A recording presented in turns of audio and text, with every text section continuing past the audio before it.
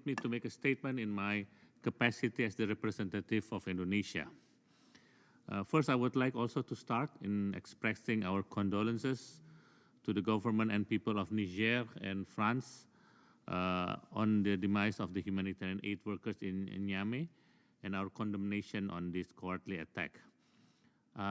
Next, I would like to thank SRSG Sori Kolibali, the UNODC Director Ms. Gada Fatiwali, and Ambassador Joao Genesio for their briefings. I also would like to reiterate our appreciation and support to the works of the UNIOC BIS in pursuing dialogue among all stakeholders, as well as to ECOWAS in facilitating the resolution of the political impasse that crippled the functioning of state institutions. Guinea-Bissau is facing political, security, and socio-economic challenges that are further exacerbated by the COVID-19 pandemics. Against this backdrop, I would like to highlight 3 points. First, concerted efforts by all national stakeholders are crucial.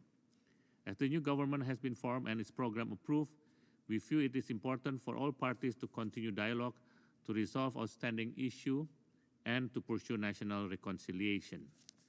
We urge all parties to put aside their differences and to work together to further implement the reform agenda as stipulated in the Conakry Agreement, the ECOWAS Roadmap, and the Stability Pact.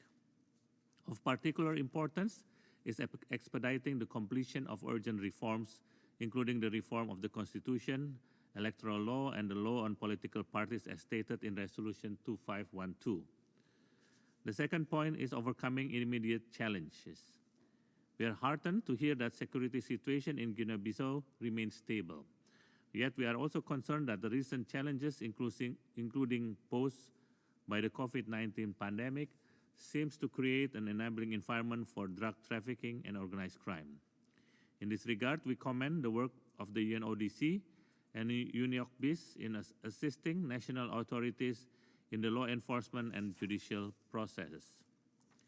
We commend the work of the UNODC and UNIOC BIS in assisting, and we feel it is important to continue building national capacity as well as in preventing crime networks from taking advantage of the current situation. Guinea-Bissau hopefully could also redouble efforts in ensuring the function of state institutions, protection of human rights and the rule of law, as well as improving the lives of population.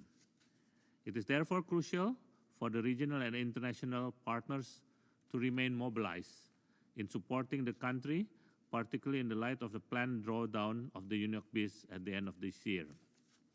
Third, on the drawdown on UNIOC BIS. As Guinea-Bissau undergoing the critical reform, we need to ensure the seamless transition of UNIOC BIS tasks to UNOWAS and UN country team.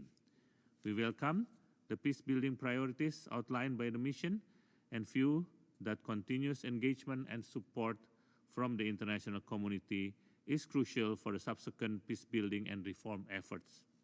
We also commend the PBC for the mobilization of funds to support the UN country team.